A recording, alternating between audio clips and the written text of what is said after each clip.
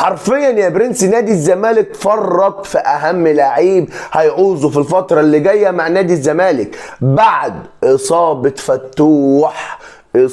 فتوح. بعدها لك تاني فتوح يا برنس اتصاب بمزق في العضله الخلفيه وهيغيب قد ايه؟ من شهر ونص الى شهرين وممكن تزيد. دي اصابه فتوح. ونادي الزمالك فسخ التعاقد مع مين؟ مع عبد الله جمعه.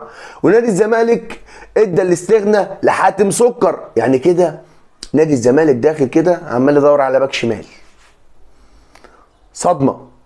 صدمه بجد. فلازم في الفتره اللي جايه دي نادي الزمالك يجيب ايه؟ باك شمال عشان تبقى متفقين. ما فتوح ممكن اصابته تطول. وهقول لك برضه يا برنس القائمه بتاعت نادي الزمالك النهائيه، وهنقول برضو الراحلين عن نادي الزمالك. وبرضو يا برنس هنتكلم على نهائي كاس مصر بين الاهلي وبين الزمالك يوم 13/3 في رمضان ان شاء الله. هنتكلم في مواضيع مهمه جدا جدا. يعني ما تنساش اللايك بتاعك المتين. عاوزين نوصل الفيديو لاكبر عدد من اللايكات يا برنس يا غالي يا ابن الغالين. بص بقى المواضيع المهمه. قصه فتوح ديت اصابته ليه؟ فتوح في مباراة الكونغو مباراة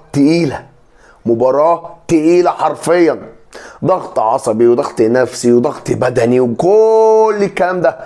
فتوح روي فيكتوريا جابه وهو ما كانش بيشارك مع الزمالك، كان بيتدرب تدريبات عادية يعني تدريبات، ولكن ما كانش بيلعب مباريات تقيلة. يا جماعة مباراة الكونغو دي ده خلاص بقى انت عديت من الليفن بقى بتاع الدوري المصري ووصلت الليفن الوحش. فانت جبت لعيب من الدار للنار ماشي. حطيت لعيب كده في ماتش صعب جدا، ماتش ضغط، ماتش باور، ماتش لازم تكسبه. فاللعيب من كتر الضغط العصبي والكلام ده عليه العضلات بتشد. فالسبب في اصابه فتوح هو روي فيكتوريا. ده هي الاصابه دي بتاعت ربنا، ولكن ده واحد جاب واحد ما بيلعبش ماتشات بقاله فتره وانت خدته معاك المنتخب. فتوح لما كان بيشارك مع الزمالك وافتكر لما كان مع كيروش كان مكسر الدنيا ناحيه الشمال، صح ولا لا؟ فانت جبت واحد من الدار للنار. ففتوح حرفيا نزل مباراه الكونغو مباراه تقيله، مباراه صعبه. ففعلا كمل لعب شوط. فجاه اتفاجئنا كلنا ان فتوح في بدايه الشوط الثاني خرج، والنهارده الاصابه بتاعته كبيره. فحرفيا نادي الزمالك داخل من غير باك شمال. فهنشوف بقى الاداره هتتعاقد مع باك شمال الصفقه ديت اللي هتبقى ناقصه، وهنشوف انك مشيت حاتم سكر وده اهم لعيب. ليه؟ ان نادي الزمالك لما الاساتذه بتوع اتحاد الكوره قالوا لك فتره القيد هتخلص يوم 31 يناير، فنادي الزمالك اضطر ان هو يمشي حاتم سكر ببلاش. قال له يا باشا خد يا باشا الاستغنى، احنا عاوزين نفضي مكان في القايمه عشان نعيد صفقات. فيا عيني الواد مشي. فده اهم لعيب انا من وجهه نظري الزمالك فرط فيه. ده اهم لعيب. هو لسه سنه صغير، سيبك من هو بيغلط شويه لكن لسه سنه صغير ماشي. فدوت اللي كان هيعوض غياب فتوح.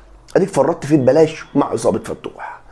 هتقعد بقى تدور عشان تجيب واحد زي حاتم سكر ومش هتعرف ترجع حاتم سكر عشان متهيألي هو راح الاسماعيلي ماشي. ده اهم، ده الزمالك اللي فرط فيه، اهم لعيب ماشي. دي قصه فتوح. قصه ثانيه يا برنس، نهائي كاس مصر هيكون يوم 13/3 باذن الله ما بين الاهلي وما بين الزمالك. نهائي كاس مصر المنتظر هيبقى يعني يبقى تاني يوم رمضان، تالت يوم رمضان، يعني في الرينج ده. وباذن الله يعني نكون نتفرج بقى على ماتش كوره بقى بين اهلي وزمالك كده يا برنس، وتبقى ماتش جميل لطيف لذيذ. ايوه كده رجعونا لايام زمان، يبقى الديربي كده ديربي اهلي وزمالك كده. الاثنين عملوا صفقات، الاثنين يعني خلاص يعني تقدر تقول كده الروس بقت متساويه، دعم الصفقات وباذن الله يعني نتفرج احنا كمشاهدين ومشجعين ماتش يكون قوي جدا، ماتش كوره تقعد بقى تمتع نفسك بقى. يعني الناس اللي تقعد تقول لك الدوريات بتاعتنا اقوى، لا اتفرج على الاهلي والزمالك يا بيه، ماشي. الموضوع الثالث اللي معانا هقول لك دلوقتي قائمه الراحلين عن نادي الزمالك والقائمه النهائيه لنادي الزمالك. نبدا بقائمه الراحلين. عندك محمد عبد الغني، عمرو السيسي، عبد الله جمعه، عبد الله محمد، علي ياسر، محمد حسام بيسو، حاتم سكر، احمد زكي، محمد طارق، محمود شبانه، حمدي علاء، احمد عبد الرحمن اللي هو ايشو. دي قائمه الراحلين من نادي الزمالك، ولقيت فيها لعيبه لسه صغيره دخلت في صفقات. اما القائمه النهائيه يا برنس اللي في نادي الزمالك اللي هتشارك في دوري ابطال افريقيا، بتهيألي دي هي دي. بص عندك محمد عواد، محمد صبحي، معاذ، عبد الرحمن نفاذ. عندك خط الدفاع هيكون محمود علاء، حمزه المسلوسي، حسام عبد المجيد، محمود علاء، محمود حمدي الونش. عندك عبد الشافي، فتوح، عمر جابر، مصطفى الزناري، ياسر حمد. اما خط الوسط عندك رؤى، دونجا، محمد شحاته، زياد كمال، يوسف ابراهيم اوباما، سيد عبد الله، نيمار، احمد زيزو، مصطفى شلبي، ابراهيم نضاي، شيكابالا، محمد عاطف، مهاب ياسر، احمد حمدي، وموتيابي الموتيابي اللاعب الاوغندي. اما خط الهجوم هيكون ناصر منسي والجزيري وسامسون اكينيولا ومحمد صلاح زكي.